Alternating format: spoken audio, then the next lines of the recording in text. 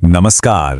टमाटर की फसल लहलहा रही है और साथ में मंडरा रहा है उसका सबसे बड़ा दुश्मन फल छेदक, जिसे हम आम भाषा में सुंडी कहते हैं। अगर ये छोटा सा कीड़ा आपकी पूरी मेहनत पर पानी फेर रहा है तो अब फिक्र करने की कोई जरूरत नहीं है। चलिए आज हम मिलकर इस दुश्मन को जड़ से खत्म करने का पक्का तरीका जानते हैं। यह सवाल हर उस किसान के दिल में उठता है जो अपनी आंखों के सामने अच्छी भली फसल को बर्बाद होते देखता है। एक छोटा सा छेद और टमाटर बाजार में किसी काम का नहीं रहता। लेकिन देखिए, हर समस्या का एक समाधान होता है और आज हम उसी समाधान की बात करने वाले हैं। तो आज हम क्या क्या जानने वाले हैं? सबसे पहले हम इस सुंडी को पहचानेंगे और समझेंगे कि ये हमला कैसे करती है। फिर हम बात करेंगे स्प्रे करने के सबसे सही समय की। इसके बाद रासायनिक और जैविक दोनों तरह के कंट्रोल के तरीकों को देखेंगे और आखिर में एक बहुत ही स्मार्ट टेक्निक फेरोमोन ट्रैप के बारे में भी जानेंगे। देखिए, किसी भी लड़ाई को जीतने का पहला नियम है अपने दुश्मन को अच्छी तरह से जानना। तो आइए सबसे पहले इस फल छेदक सुंडी की पूरी पहचान करते हैं और इसके काम करने के तरीके को बारीकी से समझते हैं।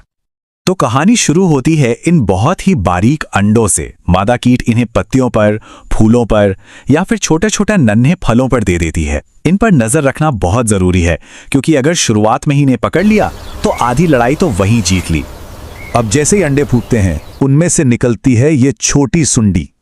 इस स्टेज पर यह ज्यादातर पत्तों और फूलों को ही खाती है। ये वो क्रूशल स्टेज है, वो सही मौका है जहां एक सही स्प्रे करके हम फसल को बड़े नुकसान से बचा सकते हैं। और ये है सबसे खतरनाक स्टेज, बड़ी सुंडी। ये वो स्टेज है जब ये सीधे फल के अंदर घुस जाती है और उसे अंदर ही अंदर खाकर खोखला कर देती है।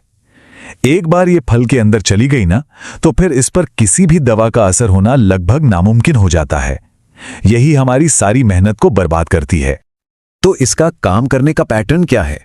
ये सबसे पहले नए फूलों और जो छोटे मुलायम फल होते हैं उन्हें अपना निशाना बनाती है। फल में एक छोटा सा छेद करके अंदर घुस जाती है और बस उसे बेकार कर देती है। और सबसे काम की बात, ये शाम ढलने के बाद सबसे ज्यादा एक्टिव होती है, जो हमें हमारे अगले पॉइंट पर ले जाता है। दवा चाहे कितनी भी अच्छी या महंगी क्यों ना हो, अगर उसे गलत समय पर इस्तेमाल किया तो समझिए सारे पैसे बर्बाद। तो चलिए अब ये जानते हैं कि स्प्रे करने का वो कौन सा परफेक्ट टाइम है जब हमें सबसे अच्छा 100% रिजल्ट मिलेगा।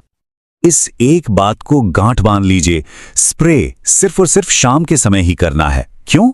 वजह सीधी है, जैसा कि हमने अभी बात की, सुंडी शाम के समय ही अपने छिपने की जगह से बाहर निकलती है खाना खाने के लिए।